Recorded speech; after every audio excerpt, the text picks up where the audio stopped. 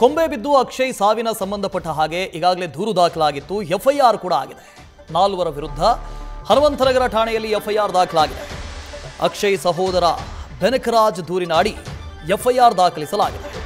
ಈ ಎಫ್ಐಆರ್ನ ಪ್ರಕಾರ A1 RFO ranger officer, A2 ACF, A3 DFO ಹಾಗೂ A4 BBMP ಈ 4 ಪಾರ್ಟಿಗಳ ವಿರುದ್ಧ ಎಫ್ಐಆರ್ ದಾಖಲಾಗಿದೆ. ಎಫ್ಐಆರ್ನಲ್ಲಿ BBMPಯ ನಿರ್ಲಕ್ಷ್ಯದ ವಿಚಾರವೂ ಕೂಡ ಉಲ್ಲೇಖ ಆಗಿದೆ. ಇದು ಸ್ಪಷ್ಟ. BBMP ಇಲ್ಲಿ ನಿರ್ಲಕ್ಷ್ಯ ಮಾಡಿರೋದು ಸ್ಪಷ್ಟ. ರಾಜಾಜಿನಗರದ ಸ್ಕೈ ಪ್ಲಸ್ ಎಂಬಲ್ಲಿ HR ಆಗಿ ಕೆಲಸ ಮಾಡ್ತಾ ಇದ್ದಂಥ ಅಕ್ಷಯ್ ಇವರು 15ರಂದು ಮಧ್ಯಾಹ್ನ 12:30ಕ್ಕೆ ಮಾಂಸ ತರ್ತೀವಿ ಅಂತ ಹೋಗಿದ್ರು. ಆ ಸಂದರ್ಭದಲ್ಲಿ ಅಪಘಾತ ಸಂಭವಿಸಿತ್ತು. ಎಷ್ಟೋ ಜನ ಕೇಳ್ತಾರೆ ಹೆಲ್ಮೆಟ್ ಹಾಕ್ಕೊಂಡಿರಲಿಲ್ಲ. ಹೆಲ್ಮೆಟ್ ಹಾಕದೇ ಇರೋದೇ ಈ ಅವಘಡಕ್ಕೆ ಕಾರಣ. ಎಸ್, ಅದು ಕೂಡ ಒನ್ ಆಫ್ ದಿ ರೀಸನ್. ಅದೂ ಕಾರಣನೇ. ಅದಕ್ಕಿಂತ ಹೆಚ್ಚಾಗಿ BBMP ಅಧಿಕಾರಿಗಳ ನಿರ್ಲಕ್ಷ್ಯ ಎದ್ದು ಕಾಣುತ್ತೆ. ಇದೇ ಜಾಗದಲ್ಲಿ ಅದೇ ಮರದಿಂದ 3 ಅವಘಡ ಸಂಭವಿಸಿತ್ತು. 3 ಅವಘಡ ಆದರೂ ಕೂಡ ಯಾಕೆ ನಿರ್ಲಕ್ಷ್ಯ ತೋರಿದ್ರು? ಹಾಗಾದರೆ ಈ ಎಫ್ಐಆರ್ನಲ್ಲಿ ಏನಿದೆ? ಎಫ್ಐಆರ್ನಲ್ಲಿ ಏನೆಲ್ಲ ಉಲ್ಲೇಖ ಆಗಿದೆ? ರಾಜಾಜಿನಗರದ ಸ್ಕೈ ಪ್ರೆಸ್ ಅನ್ನುವಲ್ಲಿ HR ಆಗಿ ಕೆಲಸ ಮಾಡ್ತಾ ಇದ್ರು ಅಕ್ಷಯ್.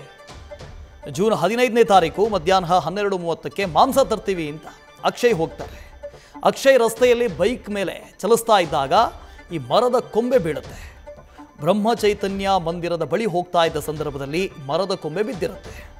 50-60 ವರ್ಷಗಳ ಹಳೆಯ ಮರದ ಕೊಂಬೆ ಇದು. ಅಕ್ಷಯ್ ತಲೆಯ ನೆತ್ತಿ ಮೇಲೆ ಬೀಳುತ್ತೆ. ಅಂದಿನಿಂದ ಪ್ರಜ್ಞಾಹೀನ ಸ್ಥಿತಿಯಲ್ಲಿರ್ತಾರೆ. ಜೂನ್ 19ರವರೆಗೆ ಚಿಕಿತ್ಸೆ ಪಡಿತಾ ಇರ್ತಾರೆ. ಸುಮಾರು 4 ದಿನ. ನಿನ್ನೆ ಮಧ್ಯಾಹ್ನ 1 ಗಂಟೆಗೆ ಚಿಕಿತ್ಸೆ ಫಲಕಾರಿಯಾಗದೆ ಅಕ್ಷಯ್ ಮೃತಪಡ್ತಾರೆ. ಈ ಮರದಲ್ಲಿ ಒಣಗಿರುವಂಥ ರೆಂಬೆಗಳು ತೆಗೆಯುವುದಕ್ಕೆ ಮನವಿ ಹಾಕಿದ್ರಂತೆ ಅನೇಕರು. ಸ್ಥಳೀಯರು BBMP ಅರಣ್ಯ ಘಟಕದ ಅಧಿಕಾರಿಗಳಿಗೆ ಪದೇ ಪದೇ ಮನವಿ ಸಲ್ಲಿಕೆ ಮಾಡಿದರು. RFO, ACF, DFO ಮತ್ತು ಇತರೆ ಅಧಿಕಾರಿಗಳಿಗೆ ದೂರುಗಳ ಮೇಲೆ ದೂರುಗಳು ಬಂದಿತ್ತು. ಆದರೂ ಕೂಡ ಅಧಿಕಾರಿಗಳು ನಿರ್ಲಕ್ಷ್ಯ ತೋರಿದ್ರು, ಬೇಜವಾಬ್ದಾರಿ ತೋರಿದ್ರು ಅಂತ ದೂರಿನಲ್ಲಿ ಉಲ್ಲೇಖ ಆಗಿದೆ. ಎಫ್ಐಆರ್ನಲ್ಲೂ ಕೂಡ ಉಲ್ಲೇಖ ಆಗಿದೆ. ಘಟನಾ ಸ್ಥಳದಲ್ಲಿರುವಂಥ ಮರ ಹಳೆಯ ಮರವಾಗಿದ್ದು ರೆಂಬೆಗಳು ಒಣಗಿದ್ವು. ರಸ್ತೆಯಲ್ಲಿ ಓಡಾಡುವ ಜನರ ಮೇಲೆ ಬಿದ್ದರೆ ಪ್ರಾಣಕ್ಕೆ ಅಪಾಯ ಅಂತ ಮನವಿಯಲ್ಲಿತ್ತು. ಜನರ ಮನವಿಗೆ ಮೇಲ್ಕಂಡ ಅಧಿಕಾರಿಗಳು ಯಾವುದೇ ಕ್ರಮ ತೆಗೆದುಕೊಂಡಿರಲಿಲ್ಲ. ಸದರಿ ಆರೋಪಿಗಳ ವಿರುದ್ಧ ಸೂಕ್ತ ಕಾನೂನು ಕ್ರಮ ತೆಗೆದುಕೊಳ್ಳಬೇಕು ಅಂತ ಎಫ್ಐಆರ್ನಲ್ಲಿ ಉಲ್ಲೇಖ ಆಗಿದೆ. ಮೃತ ಯುವಕ ಅಕ್ಷಯ್ ಸಹೋದರ ಬೆನಕರಾಜ್ ದೂರಿನಲ್ಲಿ ಉಲ್ಲೇಖ ಮಾಡಿದ್ದಾರೆ. ಇದರ ಅನ್ವಯ ಎಫ್ಐಆರ್ ಕೂಡ ದಾಖಲಾಗಿದೆ. ಸುಮಾರು ಬಾರಿ ಹೇಳಿದ್ರು ಕೂಡ ಅಧಿಕಾರಿಗಳು ಕೇಳಿಸ್ಕೊಂಡಿಲ್ಲ. ಕಾಸು ಕೊಡಬೇಕಲ್ಲ. ನೀವು ಕೇವಲ ಕೇಳ್ಕೊಂಡ್ರೆ, ಮನವಿ ಮಾಡಿದ್ರೆ, ದೂರು ಕೊಟ್ಟರೆ ನಾವ್ಯಾರು? ಸರ್ಕಾರಿ ಅಧಿಕಾರಿಗಳು. ನಾವ್ಯಾರು? BBMPಯ ಅಧಿಕಾರಿಗಳು. ನಿಮ್ಮ ಒಂದು ಮನವಿಗೆಲ್ಲ ಬರೋದಿಲ್ಲ ನಾವು. ಒಂದು ಮನವಿ ಕೊಟ್ಟ ತಕ್ಷಣ ತೆಗೆದುಬಿಟ್ರೆ ನಮ್ಮನ್ನು ಯಾರಾದರೂ ಅಧಿಕಾರಿ ಅಂತಾರ?